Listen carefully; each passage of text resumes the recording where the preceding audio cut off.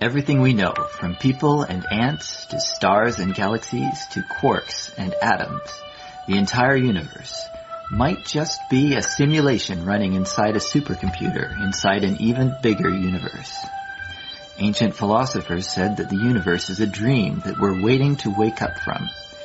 In this dream world of the imagination, anything is possible. All cultural items, from the dreams of our rodent-like ancestors, to books, to television shows, are merely permutations of the reality we think we live in. Today's age of computers and video games places simulations at the center of our cultural consciousness. A select group of us perform simulations for fun and profit, and we call them games, role-playing and otherwise. We live to run simulations. Join us on the Simulationist podcast as we explore our culture of simulations. Hello everybody, welcome back to the Simulationist podcast. This is the 119th iteration of the show, and we're recording it on December the 14th, 2014. 12. Or whatever, however that works out. Depending on how you write the date, because I mean, you know, see, and this is why I kind of wish my daughter had been born like almost a week later. Because if she had been born almost a week later, her birthday would have been 12/12/12, and then it wouldn't matter. Like, is it month, day, year? Doesn't matter. Doesn't matter. Yeah. So that voice you hear on the other microphone, as always, is co-host Ryan Kirkby. Ryan Kirkby, the co-host. Co-host to the stars. And which would make you the star. Which would make me the co-ho, the salmon. Fish, Josh Trelevin, and that's me. Yeah. That's who we are. For now. I mean, thank you for joining us this week. We want to talk about all the wonderful things that didn't technically happen because they're fiction. All the things I think the biggest thing of fiction that happened to something that didn't actually ever happen was the Team Fortress 2 release of End of the Line, which, for those of you who play, gets you like ducks. It doesn't get you any new maps, doesn't get you any new weapons, doesn't get you any new like facial features, beard, scars, or whatever. It gets you ducks, like little rubber ducks, stuff like that, fun things. And for those of you who don't play, the main thing about what it gets you is a 14-minute mini movie, I suppose is the best way to describe it. Yeah, so you can look that up on YouTube or whatever, Team Fortress. Just Google up End of the Line right now, and that should take you to the 14-minute mini movie. Yeah, it's like a cartoon thing. But what got me was a lot of people wound up complaining. It wasn't exactly, because it had been building for a while, and everyone says, oh, it's going to have this, and all the whispers go through, and then everyone believes it's going to have it, and then someone adds another whisper, oh, it's going to have this, a new gameplay mode, new weapons, but it didn't have that sort of stuff. It was just mundane update, free content for nothing, and people are upset about it. It didn't update what I wanted it to be. How dare it? Well, bug fixes. There's always bug fixes going up. There's always bug fixes, little tweaks to how things work out between the classes, balance issues. And people were saying like, oh, the characters didn't speak at all in the 14-minute mini movie, and it's I think that was intentional though. That was a style choice, obviously. Well, I mean, one of the voice actors has apparently developed like a laryngeal cancer, so they cannot do all of the voice range that they used to do, which is horribly sad and tragic, and we wish the best for them. Although that does mean there's work open for people like us who do not voice. Yet. They can still do regular stuff, but when it comes to like the screaming, big, loud stuff, they got to get like one of the other voice actors to mimic them. But what gets me is that you watch the movie, so the mini-movie and all that, and one, nobody speaks. So this means when I was watching with my daughter, I didn't have to worry about, like, will she understand what, the plot that's going on? Mm-hmm. Well, yeah, anything I see, she sees, and with the exception of, like, the plan that the blue team, leads out, with the word bomb and target, everything else is what you see is what there is. So that means I didn't have to worry about, like, I could watch this with my daughter, but will she really understand any of it? And you know what? She watched it the same with me. She didn't, she didn't get bored. She didn't pay attention elsewhere. 14 minutes for a kid of her age, that's pretty darn good. So I think there's some interesting things that can be said about having a mute little movie like that. There's a lot of languages, out there where you can watch this in, and it's the same language to you because there's no words to be had. True, and you're one of the parents who's not too overly concerned about things like bombs and guns. It's so cartoonishly over the top, I don't think it can apply to anybody who's considered even a somewhat rational mind. And okay, admittedly... No offense to the non-rational people who are listening. In which case, yes, you have a unique situation, in which case you have to be careful about that. It's the same as people with food allergies. You just happen to have a mimetic allergy. You see a cartoonish bomb, you might interpret that as real. The same way that person who has gluten, and the celiac disease reacts in a different way to the bread than you and I do. You got to be careful with that sort of thing. But no, with there's a lot of language and the music. Like any person who can hear can be able to hear music and infer from that a lot of stuff. And I think the music perfectly helped set the tone and the mood for each scene, and it transitioned beautifully. Do you remember any song ending and then another song starting? In the movie that we just watched? Yeah. It was pretty much continuous music accompanied almost every action, which is... They sagged beautifully between the songs, too. There wasn't any, cut and start up another bit. There wasn't that jarring bit. Listen to the radio sometime, and you get the one song ending. Another song starts up, sort of thing. Well, usually in the radio, they'll jump in with the... You're listening to the most amount of songs back-to-back without any, commercial interruptions. Except this one. But it's not technically a commercial interruption. Count. It's just an advertisement for the station, which doesn't count as, like a regular advertisement, apparently. But they have a pause. This one, everything melded very smoothly. Which always says, they got to have more DJs on the radio stuff, not just people who play the records, say what's going on, people that will be able to seg the song one to another to get you flowing, not like, oh, I hate this song, I'll change the station. No, it's going from song to song to song, so by the time you even realize, I don't even like this song, you're halfway through the song. It's like, I'll just wait for the next song to come on. It's only another minute. Yeah. That keeps people from changing the station, and that's what they got to do more often, but they don't. Well, yeah, they don't do it all the time. Some of the radio stations will have an hour-long show where they'll bring on somebody who's kind of a special kind of DJ. But the DJ who does a little bit more DJing, it's a little bit more hands-on. I would like to see more DJs in the style of the club DJs. Yeah. I don't like the volume at which they play the songs when I'm in the clubs. I like to chat to the people I go to and with. Okay. That's just me. I grew up around places where if you're going into a joint where you're going to drink, you can talk to the people next to you, without having to shout horribly. That's true. There should be basically just different places for for people to socialize, and another place for people to sort of dance and party the night away. Because that's popular too. But apparently, partying the night away gets you to spend more money freely. So I can understand from a business perspective on that. But that said, I do like how they get the music to go from one to another so smoothly and transition so well, and it's the same thing in that movie. It shows you the mood. You interpret the slower, the pensive music, and then you've got the da-da-da-dun sort of thing, where it's you gotta jump from a moving vehicle onto a train, and it heightens it all. And I watch a number of I watch more old movies than most people of my age bracket. Sure. The amount of old movies I've seen, if you were to base my age on that, you'd probably have to add a couple decades to me. I've seen enough old stuff that's how I qualify as. And there is a point where you go back far enough, and a lot of the stuff doesn't have any musical accompaniment. You watch a lot of movies nowadays, like Lord of the Rings stuff has almost always got some music going on in the background. If someone's not speaking an important song, or important stuff going on, there's song going on here and there. It's almost like a background static to most people. They don't even consciously interpret it anymore. It's just something that's always going on in a movie. Well, that's how you know you're in a movie. There's music in the background. That's kind of their intent too, though, is they want to influence your mood without you even realizing it, because the music does sort of change how you perceive a scene, but you might not even think that it doesn't register as music. It's just, something's happening and I feel happy, or I feel sad or scared, or whatever. It is a mood intensifier.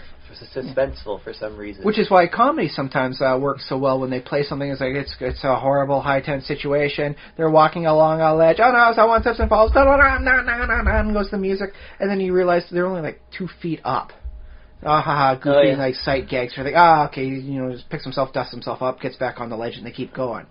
And that's how the joke gets you, with the music to heighten the sense. Oh, he's falling, and then it's zoom out 2 feet down. There you go. Haha. And so that's everywhere. But you go far back enough in the movies, and that wasn't a thing. I've seen some movies where that was the start of where they were playing the music in the background all the time, and it was like stock, like classic, like Beethoven, and those sorts of songs. Anything that worked well with the scene, they'd have it in the background going on, because apparently like Universal Studios had, we got an orchestra. They're not doing anything for the afternoon, but we're still paying them. Do you want to bring them in and have them just do, like some classical stuff that we could have for the stock? I'm pretty certain that was one of the reasons behind it. I guess, early Hollywood. Yeah. We're paying them. Might as well get them to use it. Like, it's okay. Let's, go get all the, the classic composers and get them to do our own stuff, and then we'll put it into the movies whenever the people want it in. This does. I'm curious because I wonder, like, film developed, like, sort of evolved as an art form. I guess in the early 20th century, like, by the 30s, they had theaters everywhere. But I wonder if film sort of evolved from sort of plays and theater, or from opera. Because opera probably feels more similar to the style where you mash everything together and you can have it all. Opera would have likely have been it, and things would likely be very drastically different today if it wasn't for that little hiccup where, hey, we can get, actions moving, but we can't get sound. And so you got to have, like, the guy playing the piano as they do the song sort of thing, and they're playing the music on course live as the movie's playing up there. Yeah, I guess it'd be a little awkward to have a singer and have to exactly, like, sync up what the motions that the singer's making with their mouth and the opera, like that. And that's the thing, is when it originally started off with your quiet movies, before the talkies came out, as the old people like to say, it'd be like someone would mouth a word sort of thing, and the lips would move, and then, it comes up a little, like, blackboard, like, oh my goodness, how dare they do that? And well, that's because you couldn't actually have any volume initially, and people said, well, this is kind of boring when it's just that, so they had the person bring in their piano, you play some of the nice music that matches the tone of it. Yeah, and the piano doesn't have to exactly, like... It's just a guy playing. It's like, okay, it's this scene, so I'm supposed to be doing this, and this scene fades out, go on to, the projector operator can be, like, switching out gramophones and this and that. Well, the thing is a lot of the stuff... 30s technology. Until they had the high-end stuff going on, they actually had a live piano player at every scene. And it gets you work. Anytime you can get work in the arts, take the work. So I think so people were able to make it at least enough of a living to help make the rent every month by playing the piano at the movie theater. That would be an awesome, like, that's kind of similar to today's DJs, is that they have that creative control over, like, they're supposed to play a set, but they can actually, they can... I like the DJs in in the club scene, but I would also like to see them incorporate more stuff, like put an old movie up on the background and just have the DJ funk up some music going on with that, so that you're watching you can't hear anything, of course, on the movie, but the music's playing along with it, and it's really good. Well, you could play, like, what's that one that people always combine, like Dark Side of the Moon and Wizard of Oz? Yes, but it has to be the Dark Side of the Moon from the LP, not from the CD or even from the cassette tape stuff, because of the pauses that they do and how long it takes to flip it and get everything back on, apparently. I do recall once having a movie, I think I lent it off to a friend and never got it back, but it was the old Nosferatu, from like 1920 whatever. And it was a silent movie at the time, sort of thing. And so what they did upon the re-release is they had, like, Typo Negative playing their rockin' songs, sort of thing, on there. And so you could watch it and be like, yeah, really kind of awesome music video for, Typo Negative songs. Oh, hey, it's the Nosferatu movie. Or it's, like a new music to an old style thing. Or if you just don't like Typo Negative for their songs, you hit mute and just watch it the old-fashioned way. Anybody who wants to watch it their style wins. Nosferatu doesn't have a lot of dialogue either, does it? Or is it a top I don't even think it has any much of the flashcards for what any people are saying. It's just kind of like a pantomime for the most part. Which it works. Don't get me wrong. I mean, Bram Stoker's wife tried to eradicate it from existence, but it works. It holds up adequately. It's definitely not Bram Stoker's Dracula. Count Orlok is no Dracula, I'll tell you this. But the movie holds up well enough that it kept my entertained attention. I wonder, too, like... And I sometimes wish I had gotten it back.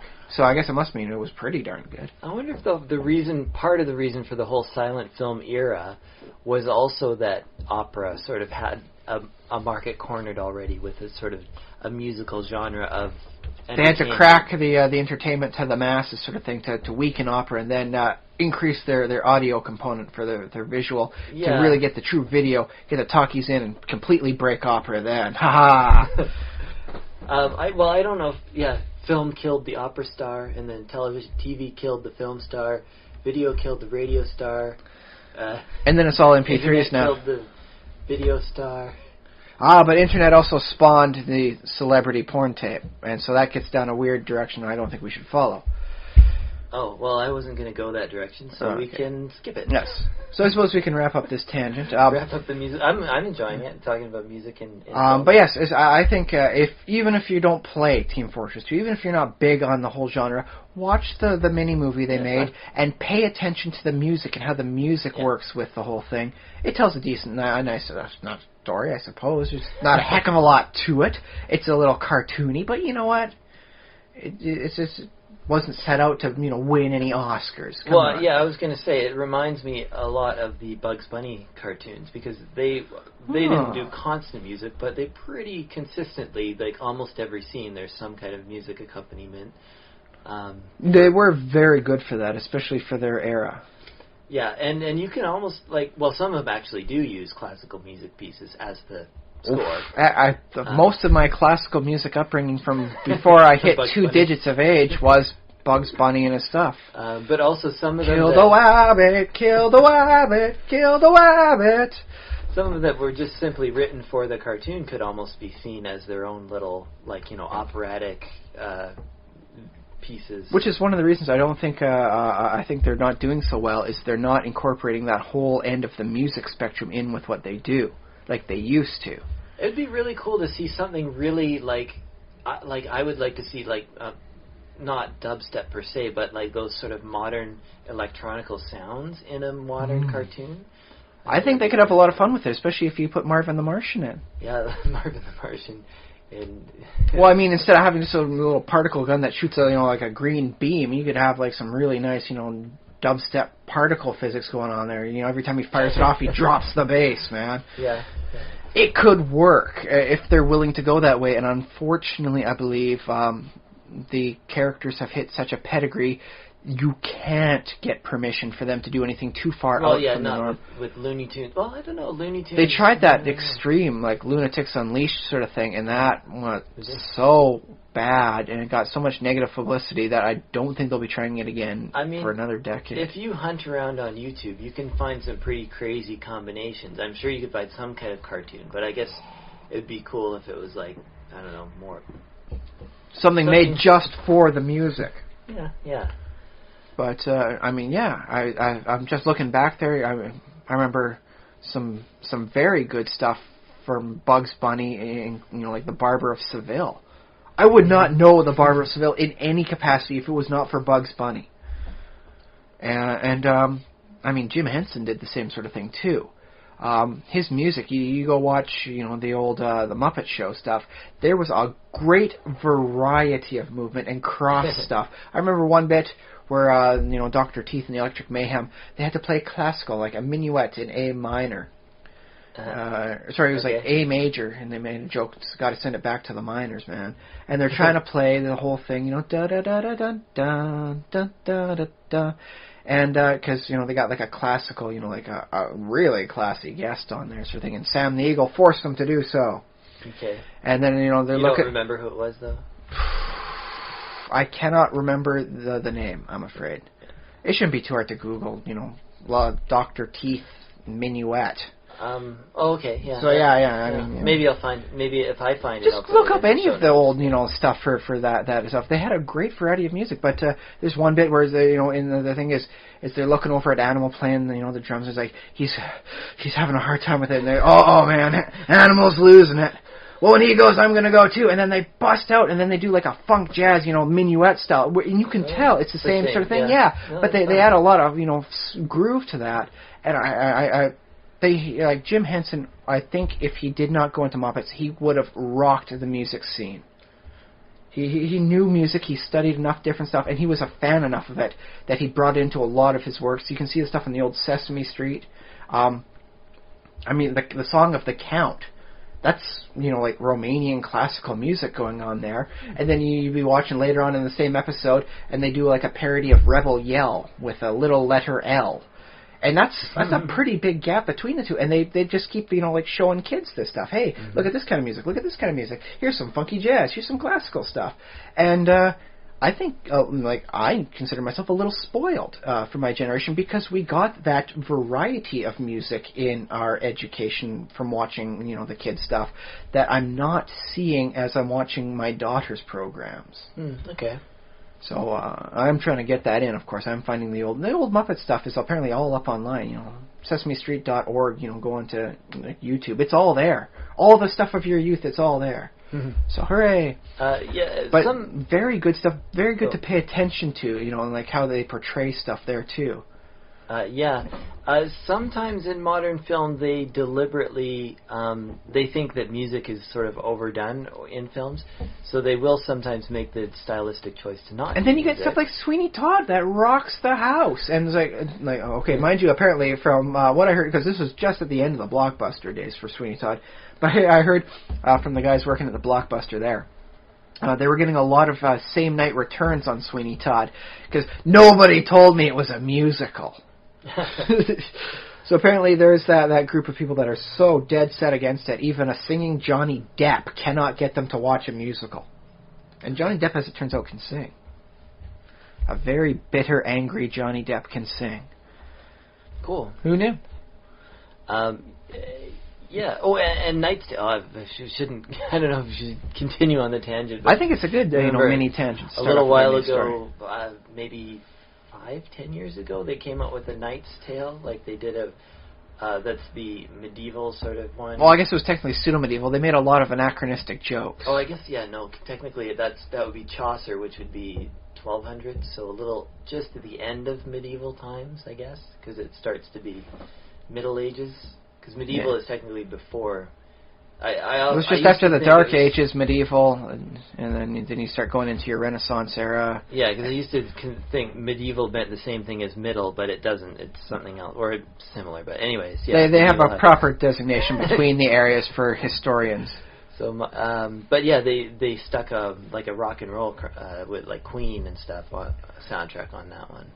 Which is an interesting way to go, because I know with the original Conan movie, they had a huge... There was like people screaming and getting ready to throw fists at each other about whether or not they should do contemporary stuff, like with Flash Gordon, because the Queen soundtrack, Flash Gordon, that will live forever.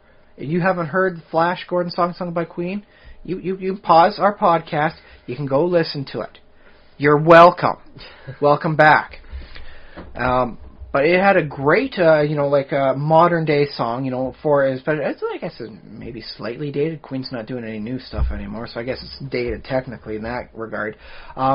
Versus, it has to be like the classical sort of music, the stuff that would, be like, evoke images of that era. And so they went with Basil Polydoros, and they won all sorts of Grammys for the whole thing. I love the soundtrack. I will forever listen to it. And I think they made the right choice. I don't think if they'd gone with the modern music, I don't think it would have been bad. Because I think Queen singing about Conan the Barbarian would have just rocked out, man. Like if I could change time, like if I had a time machine, that's just the sort of thing I'd be doing. I'd be going back in time and saying, okay, I'm from the future. Look at my cell phone and all the wonderful things it can do, and do some sort of weird 99-cent app tricks for them to blow their whatever 1980 minds, and then get them to, okay, the movie was considered great, but the soundtrack for it bombed horribly. You have to get Queen and other modern hits. And then I go ahead a couple of years, I get the soundtrack for this different version. Then I go back, give myself the give my previous self the soundtrack. I don't alter time. I go ahead, and then I've got the soundtrack for what it would be like if Queen had played Conan. Mm-hmm. And that's why I should be allowed a time machine, because I do the little things that would add to our culture, but not wreck the time stream. Did you see the Conan? Somebody. I think Conan the musical? Mentioned it on their podcast. I have seen that. And linked to it, I think, in an old episode. But yes, there is that Conan the musical. It's not the same. I will admit that. Definitely not this Queen level quality. I'll give you that. But But yes, music is I think a very powerful force in movies, in shows, in all sorts of stuff. And I mean, you watch the Conan the musical sort of thing, it changes the tone of what you see there to like a comedy. And let's face it, under the right light, the original Conan movie could be very well viewed as a comedy. That's true. And so, going back to the main point we had for the end of the line thing, is the music played a very important part of the mini-movie. Watch it, study it, learn from it, and grow as a person. All right, sounds good. We haven't talked about... Well, is there any other... I don't think there's any other pressing things. There's always more news, but I think that was the big one we wanted to talk about this week. Okay, we should talk a little bit about what we have personally experienced in the world of simulation. How about you this week, Josh? Two things. I've been continuing my studies of Unity, the game programming engine. I'm still not an expert at it, but I am getting better, and I'm learning more about it. So I'm learning how to code, basically, with this particular... I shouldn't say learning how to code, because Unity sort of takes away coding a little bit from... Because it basically does most things for you. It's a high-end programming shell, is what you're saying. It is, yeah, and it's pretty amazing, actually, how easy they make it to use. I'm very impressed with how, just everything works so well in it. Everything is just so intuitive and easy, and just, do this and do that. It is a complicated program with lots of features, so, it does have a huge learning curve. But it also, at the same time, they make it very easy for someone like me, who's, a little bit you don't have code, the time to sit down for 16 hours a day for a full week to truly immerse yourself in it just to learn how to start programming. Well, like some old languages required, almost demanded before you could figure anything out. You had to really get yourself in the headspace and stay there as long as possible. Yeah. In a way, the old stuff was kind of like learning magic in many game systems. You had to really crank your head at just the right weird warped system and then keep it there long enough for you to remember it next time, and then just exercise that crazy, insane, brain-crushing move until you were okay with it and you could do it at will. And there's something to be said about that, of course. I mean, I respect for anybody that can do that. On the other hand, it could be easier. It could be a lot easier. Yeah. I don't know how, Unity makes it super easy. I'm sure they can tweak it a little bit more, but at this point it feels like it's about as easy as game development possibly can get. Before you get an artificial intelligent, like Siri, make this sort of thing happen. Or, pick two game titles and say, Siri, add these two game titles together and make them... Well, I do know Pandora. You know the Pandora music thing. We can't get it here in Canada because they don't have the rights to do the music in Canada. Mm-hmm. But you take various themes that you like, various things, and then it'll sort through algorithms saying, okay, you like this kind of singer who's got this kind of traits. So we take these traits and we add them to the mix. You like a nice fast beat, so we take the beat in this sort of range selection, and then we find other matches on that. And did you like this song? How about this song? And it tailors itself as the more positives or negatives you click, it alters the flow of what music presents to you. Sure. And so that's how things would be with future series. Like, Siri, I like these games. Extrapolate a game for me based on the common threads between all of them. And it'd be like Mega Siri at this point, because Siri can't do that right now. I want to be careful with that. I was just looking at Netflix today. I just got a new Netflix account. And so it's we'll populate it with stuff that you like, and then we'll try and throw in stuff. And I'm like, that sort of... I'm not sure how the algorithms for Pandora works, but that sort of, taste out, algorithm seems to me like everything would just sort of become sort of gray and mildly I like things over here, and I like this kind of thing, but I also like the opposite, and it boils down to I just like good shows. And that's the thing is if it's done right for what threads it's tracking, it can see that it appears that Unit Josh here seems to really be intrigued with the high quality performances and things that have very nice positive reviews. So in this, I'll find stuff with a Metacritic score of 75 or higher, and that's what I'll start presenting to him, regardless of what genre it winds up being in, because he appreciates quality. Well, that might work. Although I just started watching Genghis Khan. No, it's not Genghis Khan. It's Marco Polo. Ah. Is a new web or a new streaming series on Netflix, and I was like, okay, I check it out on Rotten Tomatoes first, and it only has 18% critic score. It has a 90% audience score, but 18% critics score. So the critics don't like it, but the people who watch it regularly do. Yeah, and so I'm not. Well, maybe that's. I guess maybe Netflix could be like, oh, he likes the stuff that everybody else likes. Well, he likes things that get high, public viewing, and support stuff. So we can find the stuff that gets good critic, or good populist reviews, despite critic reviews. Ignore those in that case. And it also seems like he might enjoy cult stuff, stuff that not a lot of people see, but those who see it tend to like it. So, maybe we'll put Buckaroo Banzai in his Adventures Across the Eighth Dimension in here, too. And we'll see how he likes that. If he doesn't like that, then we can start weeding out the cult, series preferences then. Yeah, I mean, I almost feel like I would just rather them send me random recommendations. I would like a random one. Some of the best movies I recall seeing in the last decade or so were stuff that were outside my comfort zone.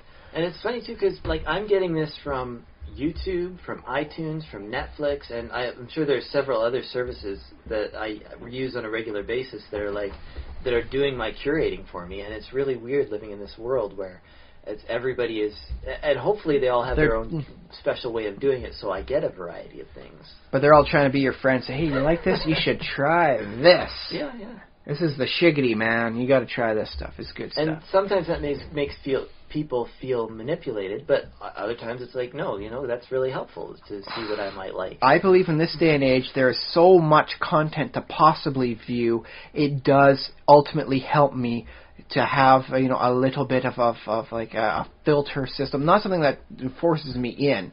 Like some people say, oh, the media is all working against you, so it's not telling you all these stories. Rah, rah, you're not hearing the real stories that you should be concerned about. Mm-hmm. In this case, it's more like someone says, hey, you like these? This is in the same vein. Try it, but if you don't like it, you just start scrolling randomly in Netflix, and go for something you don't usually go for. Give something a shot. Mm-hmm.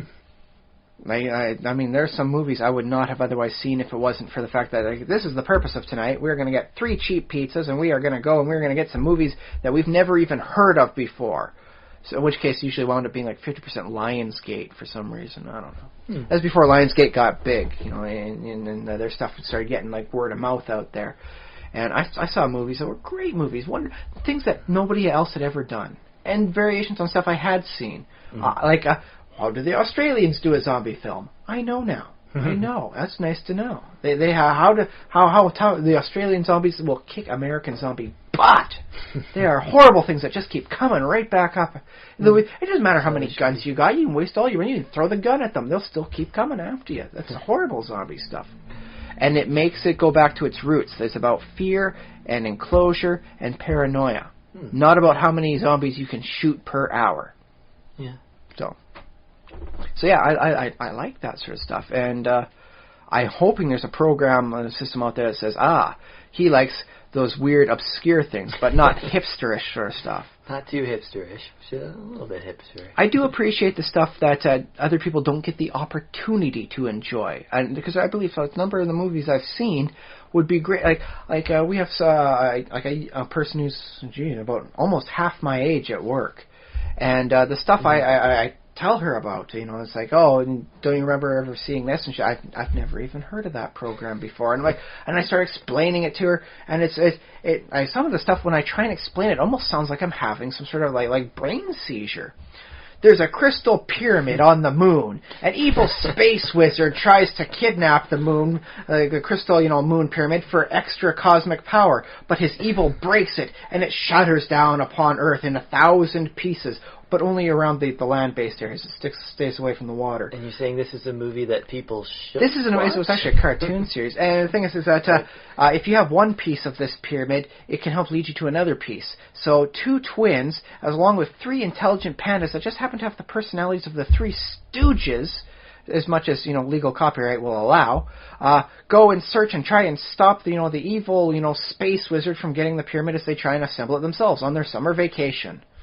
It's called Pandemonium, and it sounds like I'm having a heart attack, some sort of weird brain seizure, Like, I'm well, sparking out random stuff. I mean, you told me about it before one time. But if I try and explain it to you, it sounds like I'm spewing nonsense. It's like, no, there's no way something this stupid sounding could have made it into a cartoon series.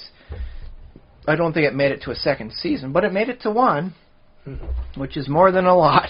Well, I don't know, like, because modern art, you get some pretty weird stuff in modern art, like, you see in a museum and stuff. I have seen a cow frozen and dissected into slices. That was really weird. And technically, television and film are also art, so it stands to reason that at some point people are going to do experimental versions of them. But it has to be viable enough that you will get return on revenue, so it's profit-driven. Not if you get, like, a Canadian Film Board grant or something like that. Oh, but Canadian Film Board stuff does great things, like teach you how to build an igloo. Yeah, well, they also do weird things. I can't. Yeah, but that kind of is a hallmark from what I remember from Canadian stuff, because I remember there used to be on, like, Sunday nights, they'd have, like a Canadian, original programming on CTV, kind of late towards, when people aren't regularly watching. And there was some good stuff, and there was some really weird stuff. But I enjoyed seeing it all because, even the weird stuff was something different. I was seeing something I wasn't used to, and it was making me think, like, why the heck is this so weird? And then I was able to analyze, like, what's weirding me out about it. And then there's the one crazy thing. So it's like, that's funny. It's they're doing like a dance of the Sugar Plum Fairy, like in a park. I think I recognize the park. It's hilarious. They're doing that. And is that Kids in the Hall? No, it was just a bunch of random people. Just random people. Yeah. Okay. Well, I don't think they were any big name people. Or they might have become big name people later on, but I don't recognize them as such. Yeah. Okay. Well, that was my weekend simulations. Very nice. Netflix. So obviously you can tell, I spend a lot of time watching shows on Netflix. We'll see if my productivity goes down after this. But it's okay, as long as you're paying attention and you're learning from what you're watching. Okay, yeah. As for me this week, I learned I may have a minimum number of vices I have to fulfill. Because it occurred to me, from about midway through October till midway through February, there's that weird zone where overeating and eating like bad foods is encouraged. You start off with your Halloween candy, get a little early, have some for yourself, sort of thing. Then you get your after Halloween thing, going into your for the Americans especially, you get your Thanksgiving thing, and that segs into the Christmas season, and then you go from the Christmas to the February 14th for your Valentine's Day. Oh no, Singles Awareness Day. You have yourself some chocolates. How you enjoy that? And then I suppose you can even seg that all the way up into March if you want to with the Easter celebrations sometimes. Yeah, and then you don't eat anything all summer. Well, you're Canada Day, and you start eating hot dogs. Yeah, that's the thing. Is this is that long period where having candies, and overeating sometimes is not frowned upon. It's not indulgence. It's just celebrating the holidays. Yeah. And I wonder if there might be something evolutionary to that about surviving the winter and bulking up a little bit. But that's the thing. Is it occurs to me as I age, my metabolism is going to start slowing down. So either I'm going to have to start doing a whole lot of exercise to work off the gut I'm eventually going to build up, or I could teach myself proper discipline during this time of year. So it occurred to me, I'm going to try and eat healthy this Christmas season. I'm not going to just pig out on all sorts of, chocolates. I'm not going to have a whole lot of candy canes here and there. I'm going to avoid putting on that, that winter layer, as people like to call it. Teach myself discipline. Sure. And what do I catch myself doing? Just not even 2 days, cutting out the refined sugar from my desire. Well, I'm still drinking caffeine, by the way, on Sundays. Okay. So that way I can give you guys out there the best possible, co-hosting possible. But, I'm trying to cut out the refined sugar. 48 hours after I start saying no to cookies and watching, maybe I'll have the bran flakes instead. No jam on my toast. Maybe just some nice healthy peanut butter. 48 hours later, I'm playing World of Warcraft again. I started getting a jonesing for it. It's like, I missed my character. So I start up a new character. I'm starting to play through the zones and all that. And it occurs to me, it's like, I got to be careful. I could get seriously hooked on this again. World of Warcraft is like heroin. Mm-hmm. You can put it behind you, but you're never truly free of it ever again. So you must have reactivated your account somehow. I used my free. You can play free. Free. Up to level 20, and so I said, well, I want to see what they did for the undead starting zones. I'll play through some of that, have some fun, see what they updated, and I enjoyed it. My daughter seemed to enjoy watching me play. Are there any new races in the last expansion? The last I remember were the pandas. I do not believe so. I have not seen anything marked up when I was creating my character. Okay. But I was playing through, and it got to me. It's like I could go back. I could start doing the dailies again. I could do this. I could do that. And it's like, no, I have to be strong. I can't get back into Warcraft. I am a father now. I can't devote the hours required to be anywhere near the end game on World of Warcraft. Plus, it's $15 a month. Plus $50 to get the expansion. Plus, I need the $20 for the previous expansion. No, Yeah. you got to stay away from this, buddy. Stay away. Be more productive. So it's back to sugar then. So no, I stayed away from the sugar, and I decided, okay, no, I just wanted to see what the starting stuff was like for World of Warcraft. I got my little fix in, got a chance to play my undead, mage, and there's some nice aspects going on there. I liked how they revamped the starting zone, so I was able to study it and learn from it. So it wasn't a complete waste. I put it aside. I don't go back onto there. Yeah. It's still on my computer, but I'm not doing anything with WoW. And then 24 hours later, Marvel Avengers Alliance comes out with a new thing where it's daily adventures. It's like you have 24 hours to run through this adventure campaign as often as possible. It's just 5-6 fights, and there's some very good rewards. Like some things you'd have to pay gold, the high-end currency to get. Like 1% chance of actually winning it, but it's on the spin and win dial. You can try it. And then you've got these things to buff your characters, and it's like normally I have to fight my way through like 12 battles to even get a chance to win this one. This one is offering me this chance plus 2 other high-end items plus another even the junk items on this spin were good back on like the Wednesday. It's like, ooh, that's not bad. I'll play that through 1 or 2 more times. I'll blow out some of my energy and make it happen. So it's like, at least I got myself hooked onto a fix that I'm okay with. It doesn't take up so much time. I lucked out on that one, but I'm still working on I cut out the sugar, and here I am working on I'm on a daily fix for Avengers Alliance. I can't not play it to its ultimate progression. Darn it! It's funny, I actually deleted Angry Birds, Candy Crush, and the newer Candy Crush Soda from my tablet because I was You didn't want to lose the productivity from it? Or you just weren't playing enough to warrant it and you didn't want to lapse? The thing that those take away from me is I play them, because the tablet's so convenient to take to bed, I play it before I go to sleep. And then you wind up staying up late? I feel like it's taking sleep away from me. And that's where the other one wound up being is, I can't have time to play through all the games I would like, especially some of the smaller ones. That have might be bug riddled, so I wound up playing it for like 12 hours, and then everything's ruined. My save is corrupted. I can't do anything about that. And so what I'll do is I'll wind up reading through on the wikis, and I'll lose sleep with my little netbook, reading a wiki, and I click a link. Next thing I got 17 pages open, and it's like 1:30 in the morning. I'm like, oh no.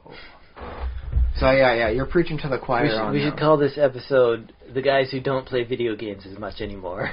I have to be a little bit more discerning about what I do play, because as a father, I don't want to find myself being the kind of guy that ignores his daughter to play a video game. Yeah, I suppose technically. When we started trying for a daughter, I vowed to myself I will not be a bad parent. I will make sure my priorities are straight. My priorarchy will be properly leveled.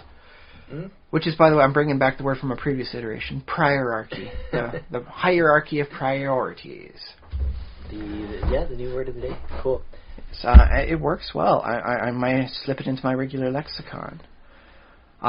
Did we finish what you did? I did manage to do some positive stuff when I was looking on the netbook. As I've been describing, I had an idea for a fortress, for a dwarf fortress, and I'm thinking about putting in some props. I don't need to prop up a giant glass basin. So long as it's attached by even one square, the whole thing will hold. Physics, is flipped to the bird by dwarven engineers. Mm-hmm. At the same time, I want it to look because if I can picture it more realistically in my head, when I close my eyes and I envision the fortress, it becomes more vivid in my eyes. And so I started working on like, if I'm working on a tiered system, like a kind of like a, maybe this would be a reverse ziggurat sort of style. It's like, okay, now if I need the stairs going this way, and so I started working out like the base to height ratio. Like if I want each layer to be 3 vertical layers up, and there are going to be stairs to get from one layer to another, like a more of a ramp staircase as opposed to just an up and down staircase. How much room do I need to put on the side? So initially my 3 over 3 up was too narrow where I wanted it, so I'm starting to expand and do some notes and sketching with a 4 by 3 or even a 5 by 3 to make sure there's room. How much space is this going to take up? What are the radii and all that stuff? Because that's what interests me, and I'm crazy that way. I'm a little disappointed. I couldn't find any quick like mapping textures. No like a dungeon mapping textures where I could just quickly sketch lines on this on like a grid-based thing. That doesn't seem to exist. The stuff that was there was so high-end, it doesn't apply to quick sketching of notes. I have to have my graph paper for it. And I don't regret that, because I mean, I got a pencil, I got an eraser, I can put the fireplace, log channel on TV, and I can just while away the final hours of a day sketching and doodling once my daughter's gone to sleep. I find that relaxing, so that's not bad. It does bug me that there isn't that niche so readily available for someone like me. But I learned a lot about like bridges and different arcing stuff and spandrels and stuff. And I think there's some very, very beautiful bridges out there. I was looking at bridges and oh my goodness, the different styles and curved bridges. Like instead of like, how the Golden Gate Bridge has got like those big posts and everything is being held up by suspension wires from those 2 points. Yeah. And everything's perfectly balanced. Like one wire goes there and everything starts going out of proportion. The whole thing falls. I feel like that's an illusion, though. I feel like if one wire went, it would kind of be okay mostly. If one wire went, things would start getting very bad very fast due to the disproportionate weights where everything's pulling, and the metal would start. It wouldn't happen like cinematically fast where everything starts snapping within 5 minutes, but you would start suffering severe structural damage apparently. Yeah, I wouldn't want to have people still driving on it. But you could drive on it for a while, sort of thing. But I guess by the end of a week, you'd start having to worry about tension deformation on the support ends. Mm-hmm. But I saw one where instead of being like right above where the wires are on each side, this was like just a post off to the side, and the bridge was curved around it. So it was like a curving bridge, and it was so beautiful to see. And I can't do that for Dwarf Fortress. It's not what I'm looking for, but there were some very beautiful classic ancient bridge. Is that like a real-life bridge? Yeah, apparently they built it. I didn't check where. I was just, like Googling images for bridges and styles and all that. And so I was looking up at different bridges and all that, and so I learned, where do you want this? I've learned that Quebec has one of the longest of a particular type bridge, where the middle piece is 2 separate ends touching, and that you just have a little plate to put over top so everyone can drive smoothly. Mm-hmm. Otherwise, they're both being pulled like against each other. There's no central support thing going away from each other, you mean? Or they're both pulling in towards the land side towards of each respective bank. Yeah, so on each bank end you've got the big support thing, and that's pulling, and there's no like middle support where you would probably want it the most. But it's its own style bridge, and Quebec City has got the longest one in the world. And it's like, oh, congratulations, Quebec. You've got a very interesting styled bridge. Yeah. And it's the biggest of its kind. Well, isn't Confederation Bridge the biggest of something? Like some kind of record holder? It's an amazing bridge of its own. I mean, any bridge you can't see the end of, I think, is some amazing style bridge. Yeah. There might be a bigger one like between Denmark and Norway, I think. But it's still a very impressive bridge, no matter which way you cut it. And so, I was looking at the support stuff for various bridges and the various... there's some very old bridges that have lasted thousands of years because the supports were just so perfect on them. And I'm looking at that, it's like, I like the use of curves. And so it's not just, that it's supportive. It's also very visually beautiful. So I've been looking at that and trying to envision in my mind which is the most beautiful way of putting supports up on this thing that doesn't actually need any supports. And I think I can put a nice little walkway in the whole area too, so it'll be like you can be walking up there and look down off the side and it's a horrible fall. Ooh. Is there such a thing as a cable in Dwarf Fortress? No. There's no like tension cables. You can have ropes that you can tether an animal or another dwarf to if the dwarf has to go to jail. Otherwise, no. There's no long tension cables. Because that might be something I should add to my block building mining game. Maybe some kind of if it's in space, probably like probably like a carbon fiber cable or something like that. Yeah, like Bucky tubes sort of thing. Yeah, something to add. Okay. Yeah, it's a nice sort of thing, and it definitely marks it as being something different that other people don't have. But no, Dwarf Fortress, because of how physics works, not necessary.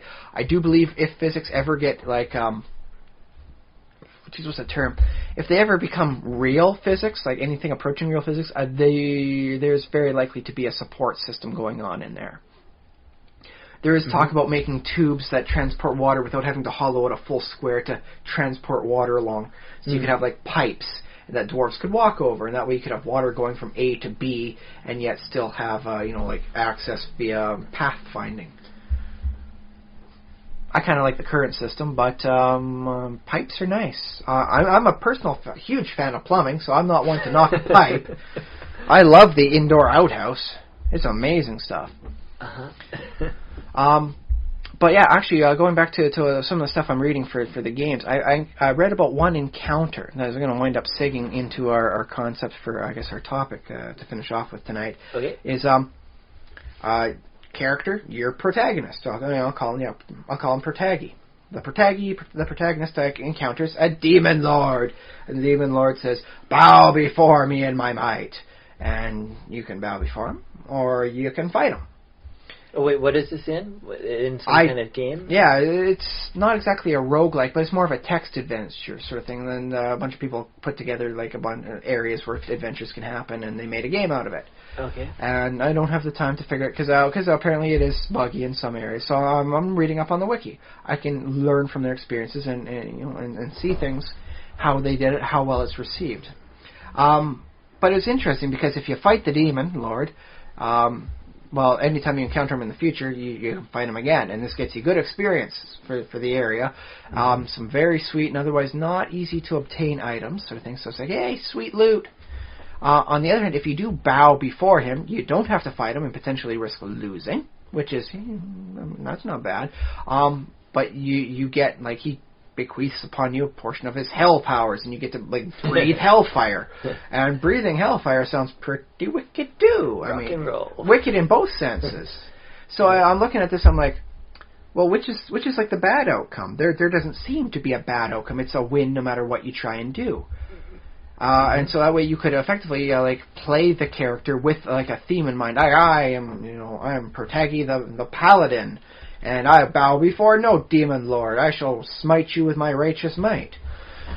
Or you could be like, oh yeah, I'll totally bow and give lip service to you there, and oh hey, now I gain awesome powers. I don't really follow you or anything, but I will, like give a nod in your direction, and now I have hell breath. Haha.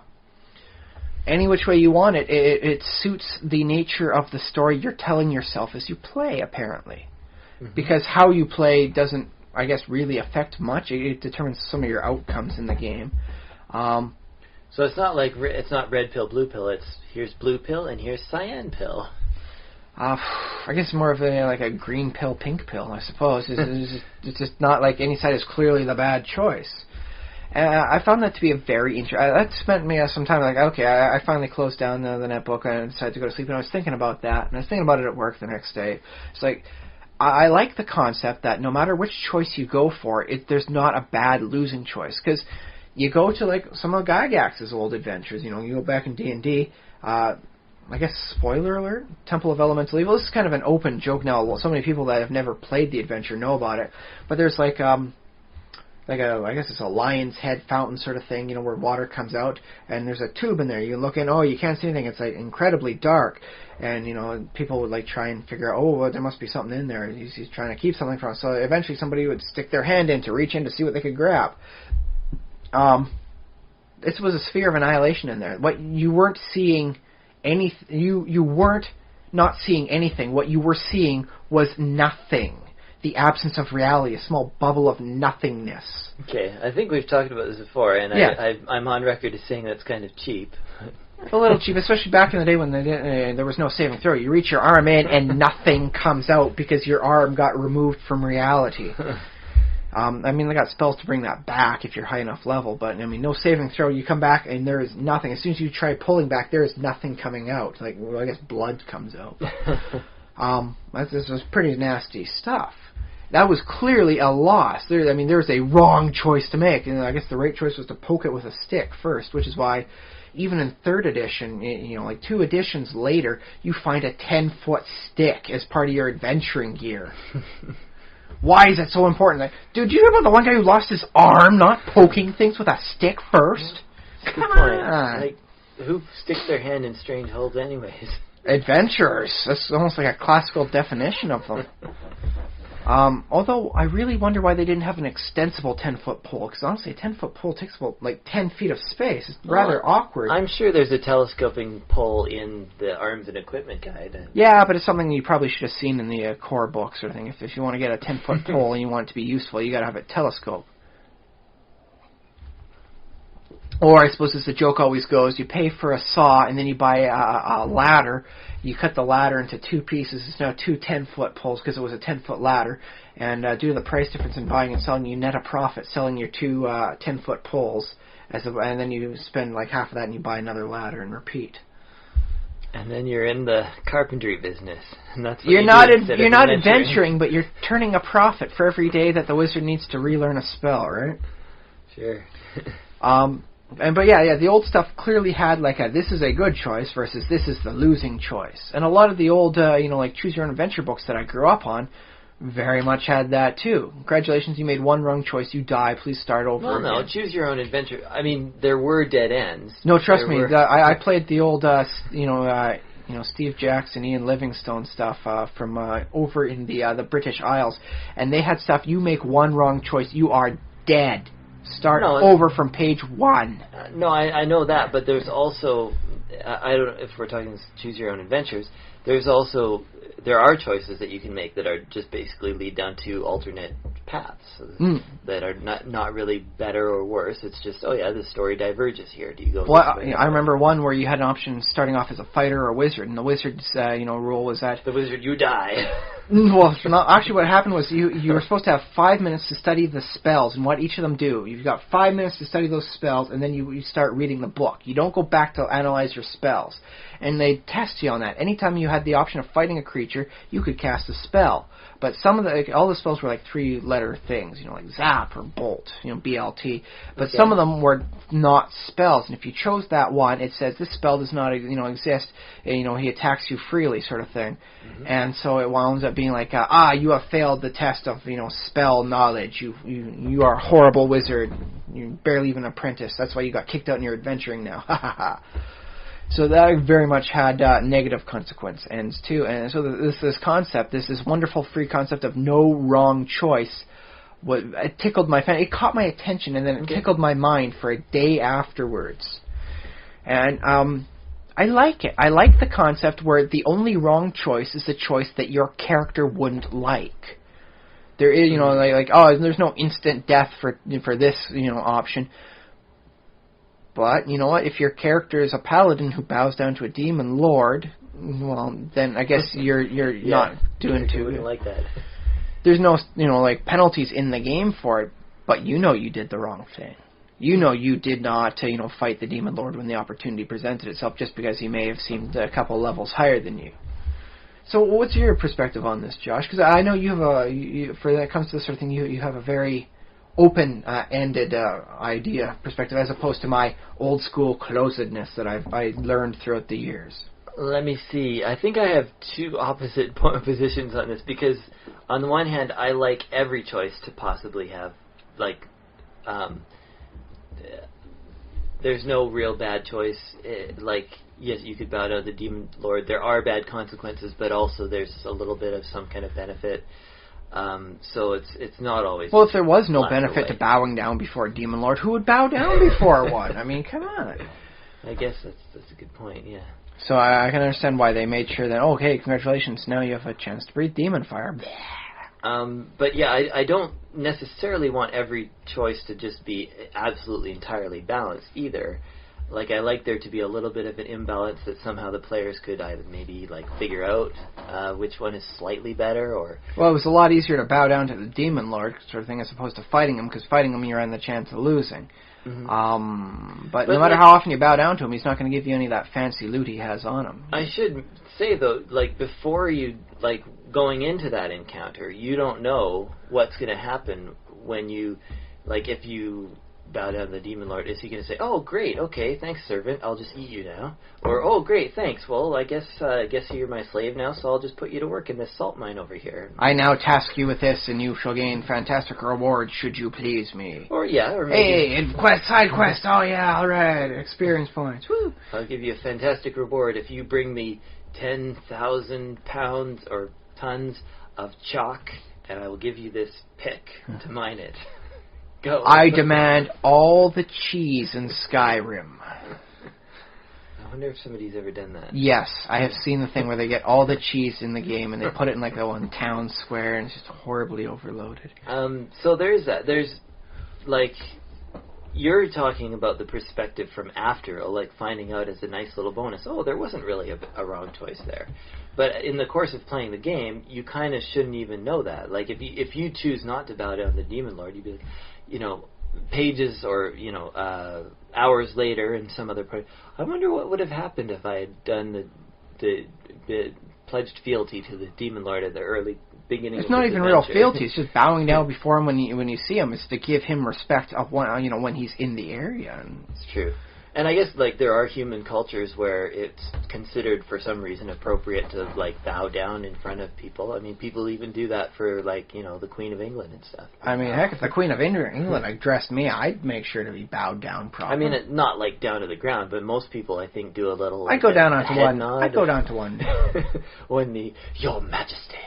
It's the Queen of England. If she's talking to me, this is like a once-in-a-lifetime opportunity. I'm not blowing it by seeming uncultured. I want to at least try and show a little respect here. Come on. So I suppose a demon lord probably works the same way. I just feel like the overly expressive show might actually seem less cultured in that case.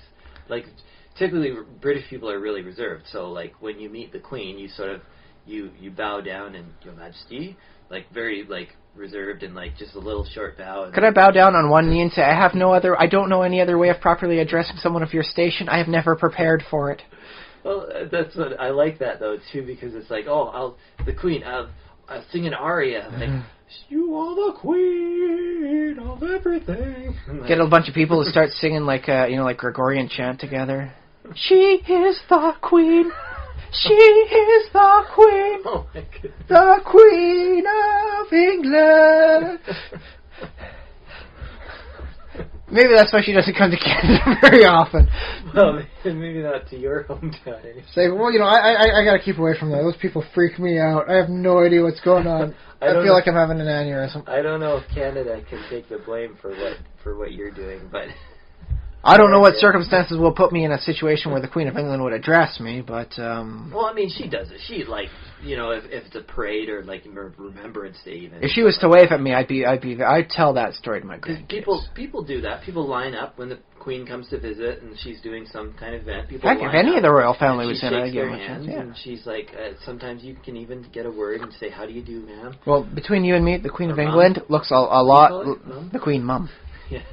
She looks a lot like my grandmother, so yeah. It'd be nice just to imagine her as my grandma, one more time. I miss my grandma. Well, there's actually a lot of people who probably look somewhat like your grandmother.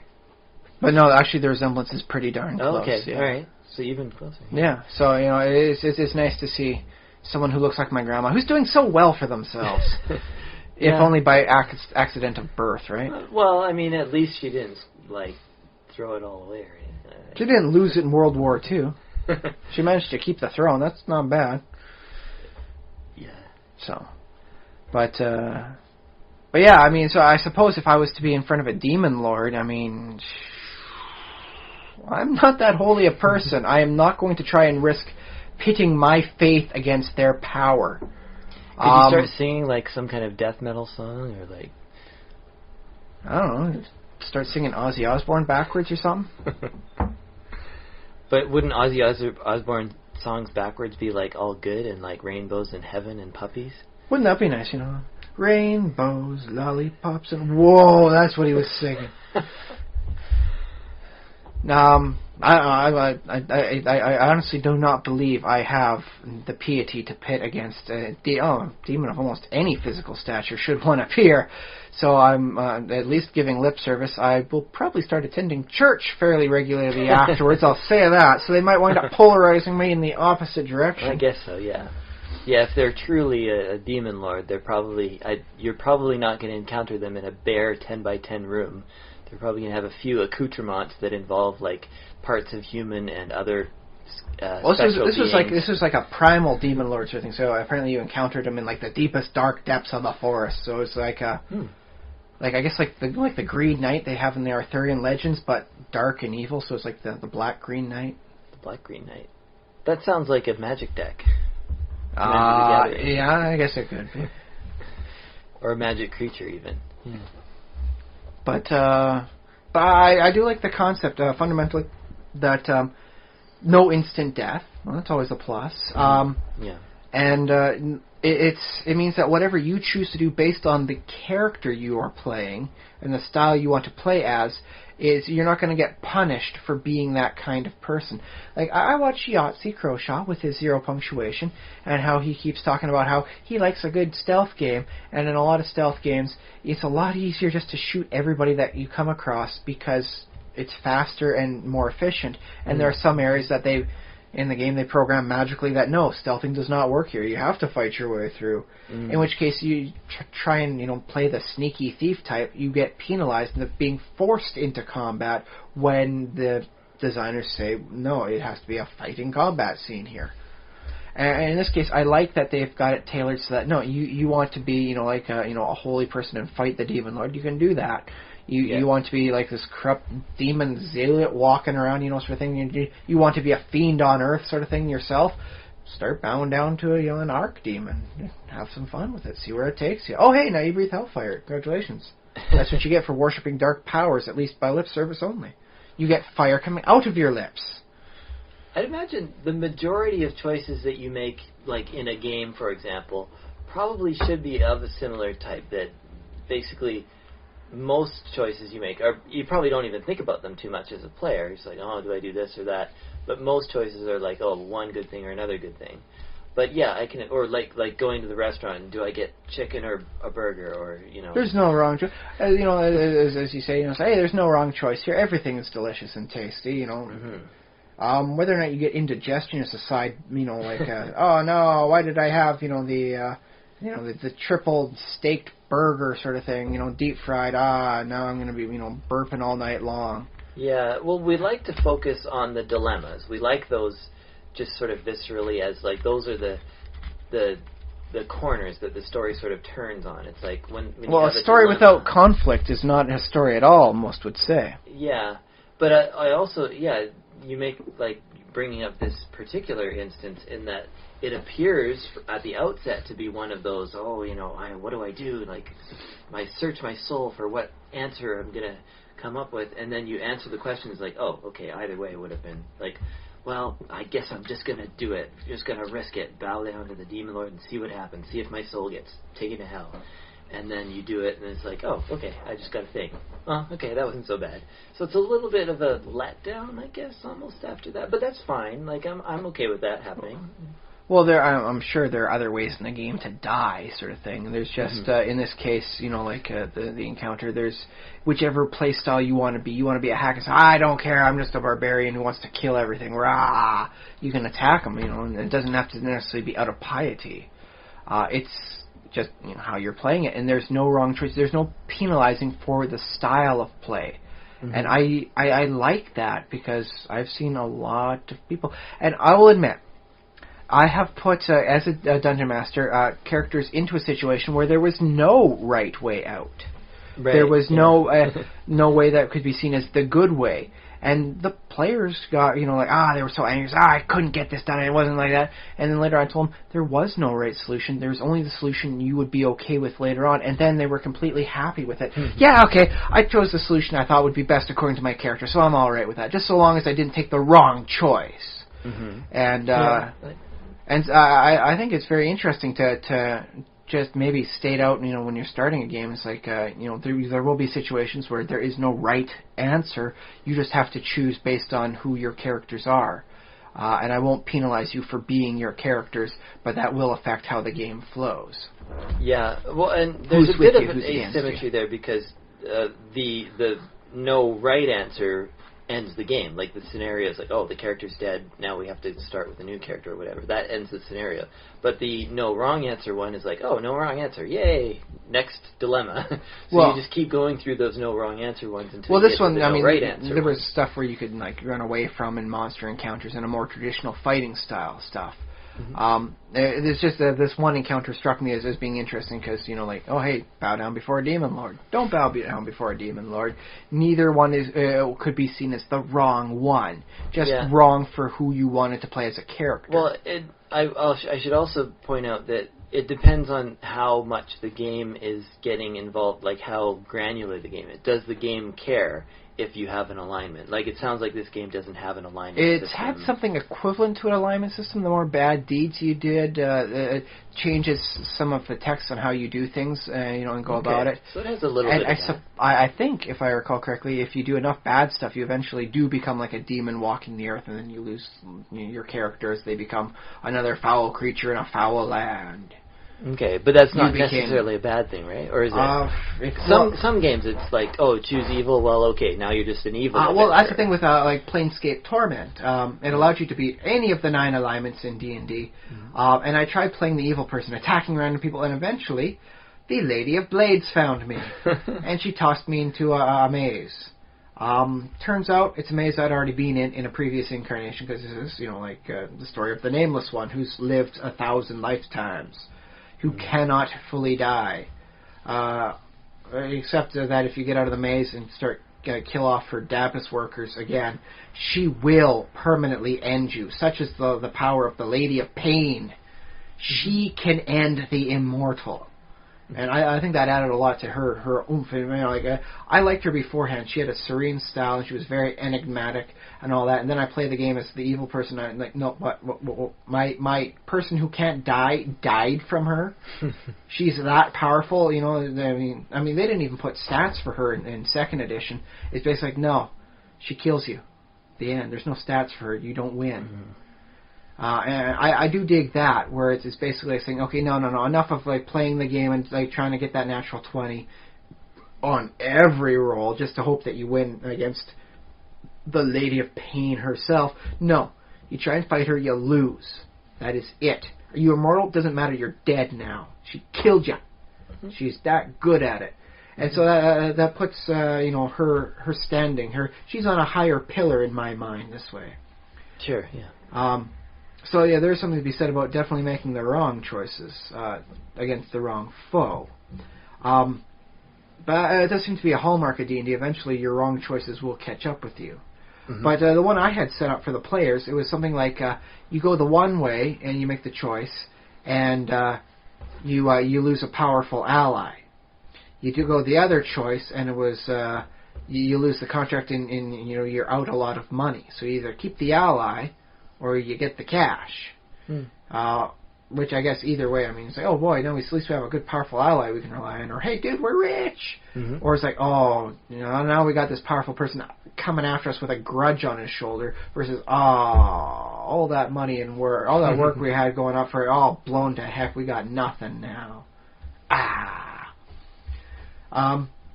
So in which case, I don't think you can call them wrong endings either way, but there was bitterness in each ending. Mm-hmm. Yeah. Whereas opposed to with the Demon Lord one, there was sweetness in each ending. Oh, sweet, I got demon breath. Oh, sweet, look at this flute I got here. And you know what? I think maybe that's a better way to look at it. Instead of right or wrong, it's a bitter or sweet ending to the encounter. Mm-hmm. Do you think that changes it, rather than looking at it from like a good, bad, like a binary sort of thing, seeing it as degrees of like a flavor? Yeah, I guess so. I think I already kind of see outcomes as, not necessarily all good and all bad. Oh, I'm just wondering if a phrasing change works better in this case. So you can't say like the right ending or the wrong ending. It was like, it's a bit of a tart ending. It was sweet, but then there was that little at the end. It's yeah, that's pretty good. That's a good... Well, it helps get away from like stuff like the Dungeons and Dragons, alignment-based system, good, evil, right, wrong sort of thing. But here's back to the scenario, the actual scenario there.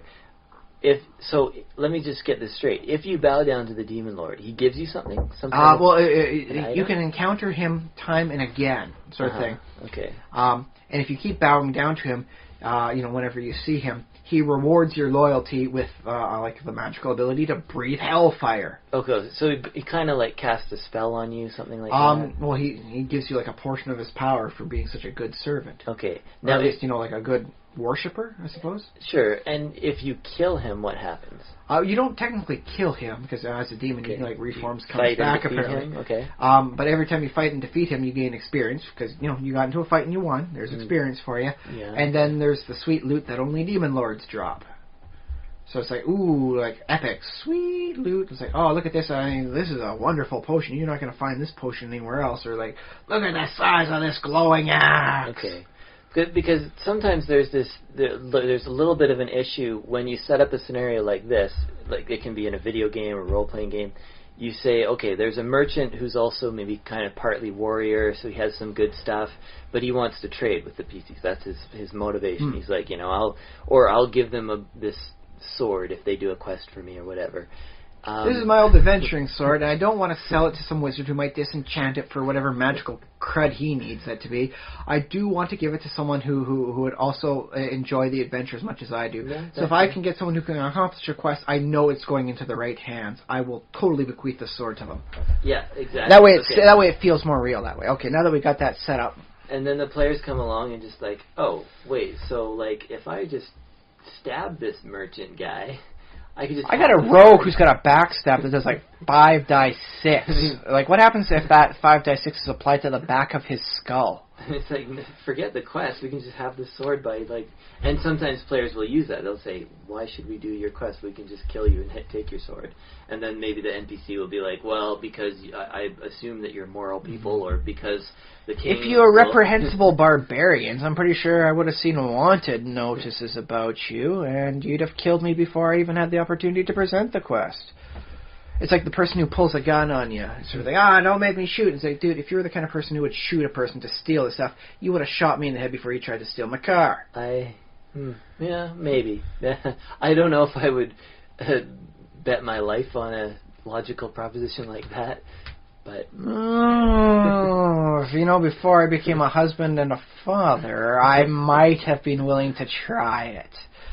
Just to totally mind game out somebody who's trying to physically, intimidate me with a gun. But this especially happens with NPCs in video games, especially with video games, because there's so few consequences for just killing an NPC. Oh yes, you can be a very horrible person in many video games. It's funny because you interact with this. Oh, this is the merchant, the seller, and you open up the merchant inventory, the trade inventory, and you go, oh, look, bags and weapons and tools and materials, and he's got all this stuff for sale. Oh, this is great. What if I killed him? If you kill him, you don't get any of that stuff. I know, and that's I think they, for stuff like Minecraft, they did it on purpose. Otherwise, there would be so many death traps for villagers.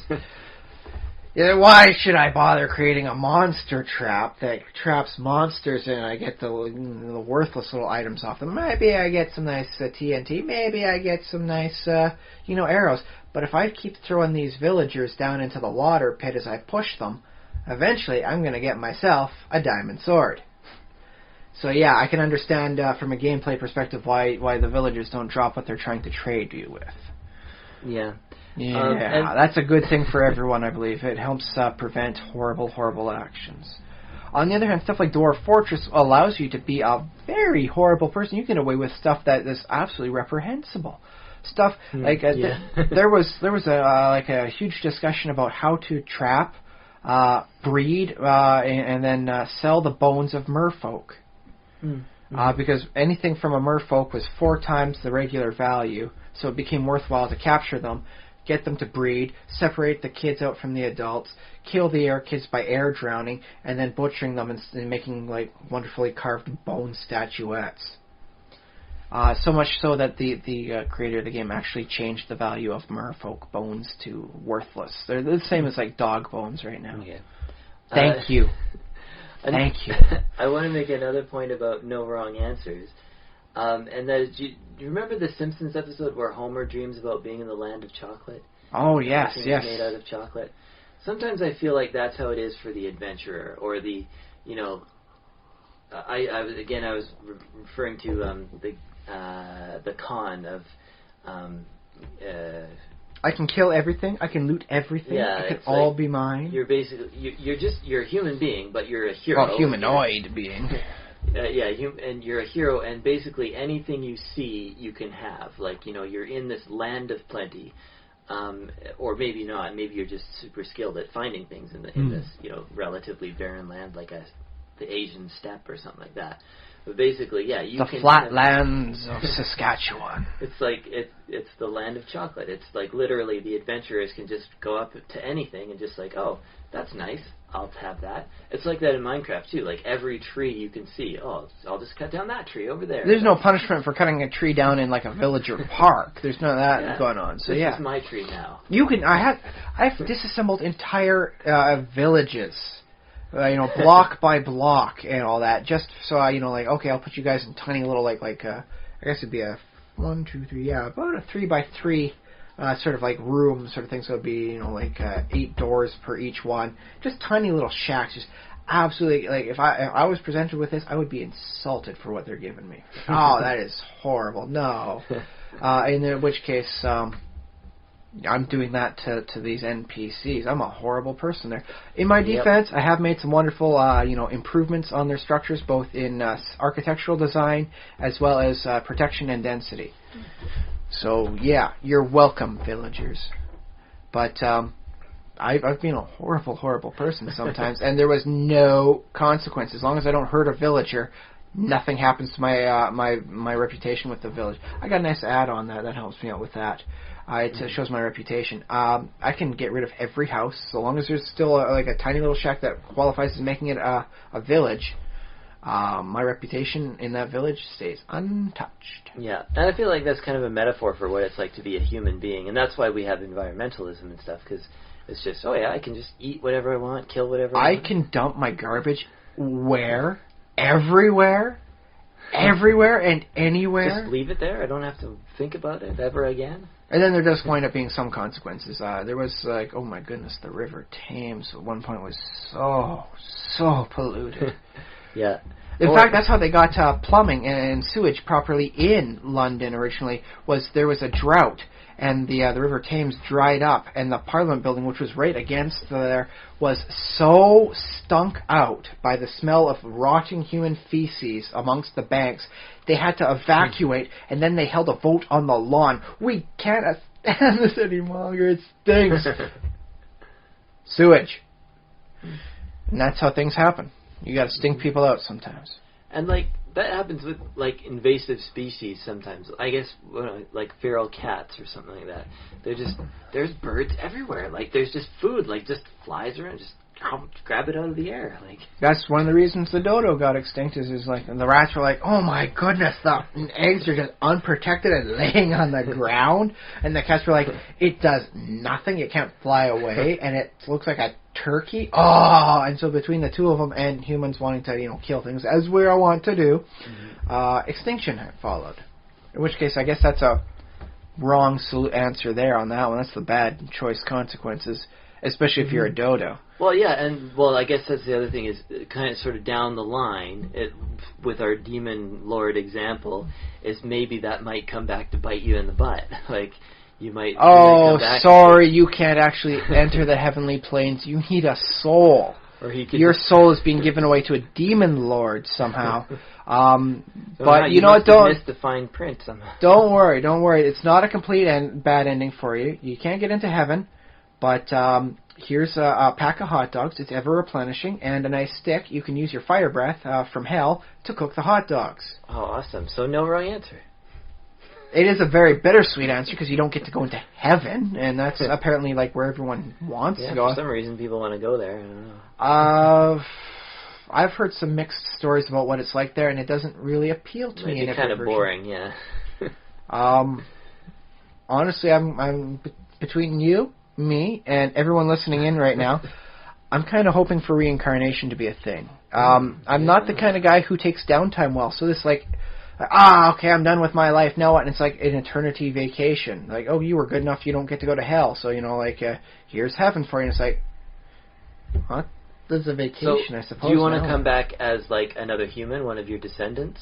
It could be just any random human being. I wouldn't mind some of the more... Just try out an animal just for a lifetime? Yeah, the animals don't live long, so you don't have to... I wouldn't mind being a dog. I think I think it would be a good house pet. I don't think I want to be any large, carnivorous like apex predator, because they're not doing too well against humanity these days. True. I would like to be one, like back 10,000 years ago, but I don't. Maybe think a penguin. Works in reverse. Penguins might be fun. They don't really feel the cold as much as other people. They're very well acclimated. So being a penguin they'd have a lot of fun sliding around on things. I bet that would be fun. Yeah. Some kind of bird, I guess, because that would be fun. I don't know, man, because a lot of you look at the birds or thinking stuff, and there's a lot of it's the equivalent of pectoral meat, because they got a huge they can have a bone that is in their chest that sticks out so they can attach more muscle to it. That's the breastbone. They have so much of their self devoted to flying just to get themselves off the dang ground that they need an extra bone ridge. Grizzly bears have a similar ridge on the top of their head so that they can attach more bone from their jaw so that they can bite down harder. Birds have it just for flying. So I don't know if flying's really worth it. If it involves it's got so much effort. Gotta really focus it. If I'm gonna fly, I want it to be like Superman.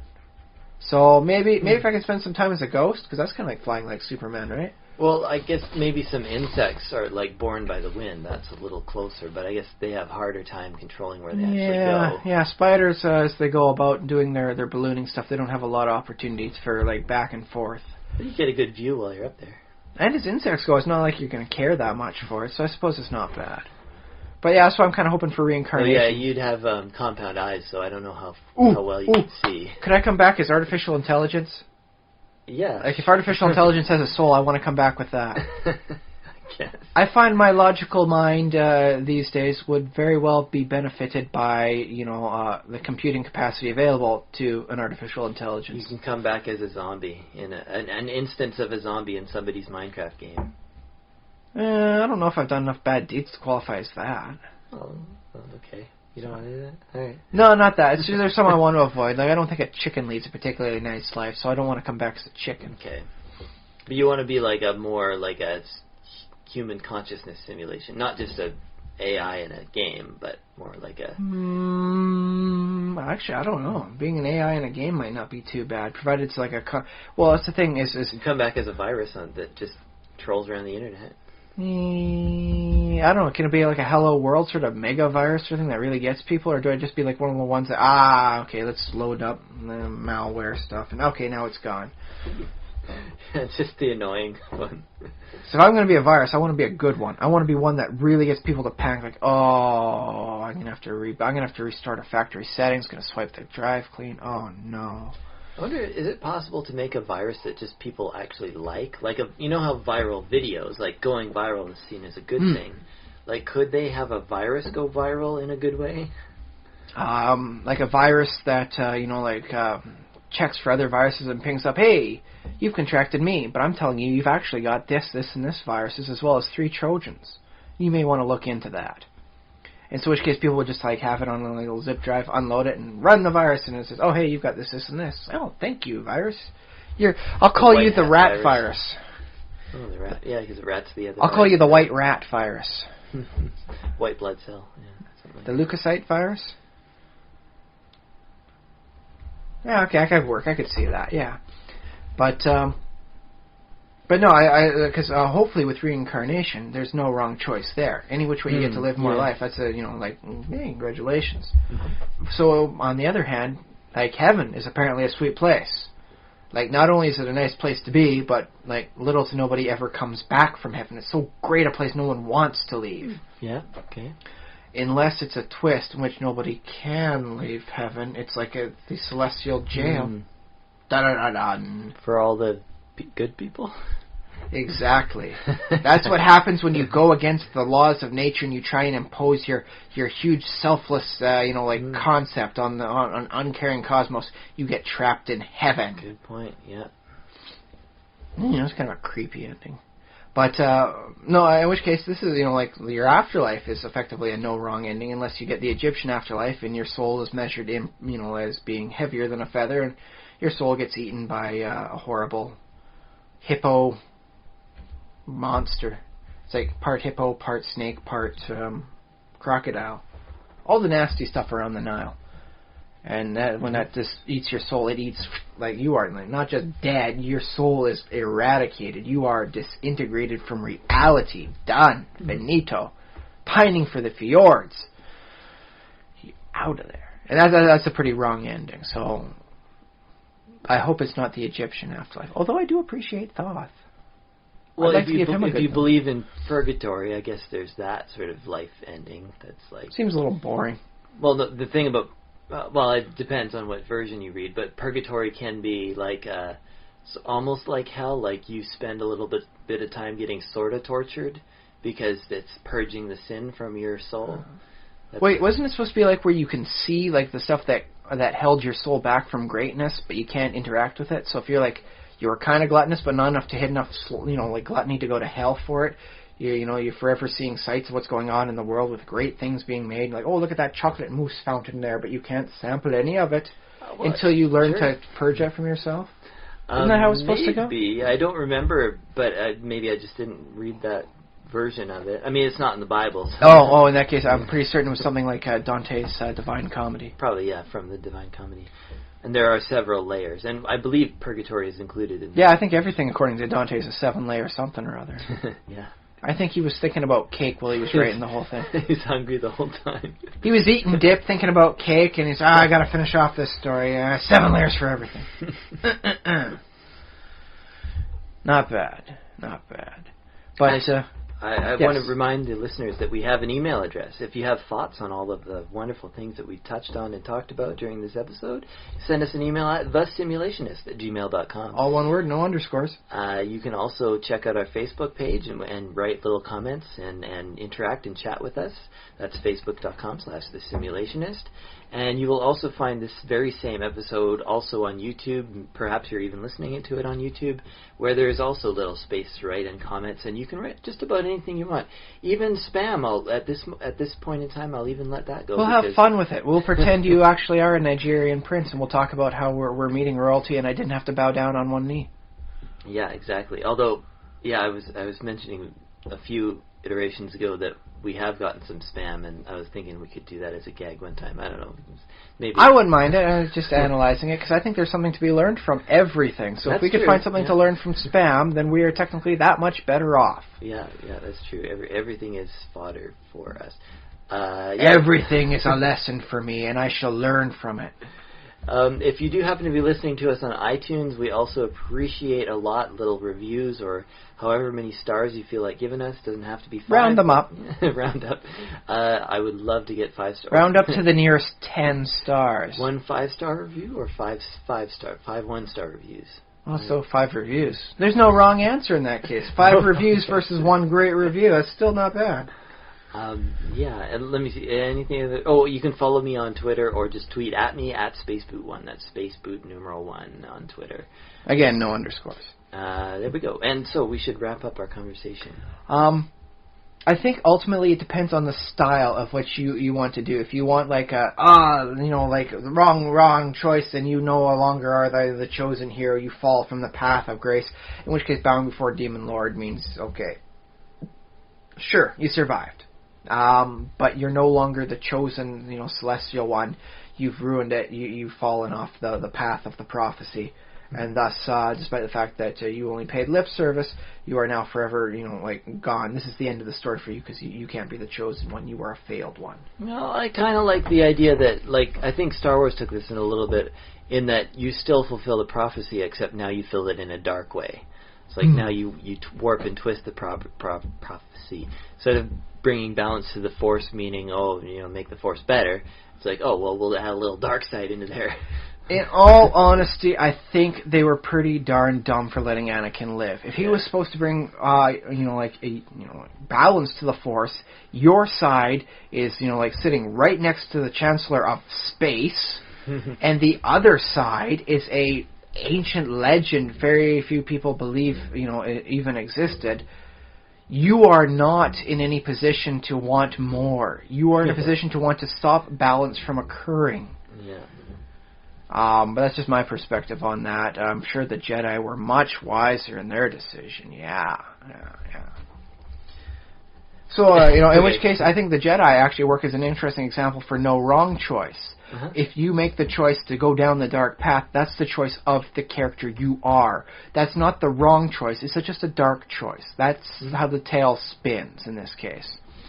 But yes, I think ultimately, especially if you're going into like a group fiction such as storytelling in D&D, you're going to want to sit down and you're going to want to agree things out with the players. Like, okay, are we going to have a no wrong choice, ultimate final conclusion, or are we going to work with you are going to be in this, you are going to be heroes, and as soon as you stop becoming heroes, you become NPCs. Yeah. With the Ravenloft sort of way, in which case. Yeah.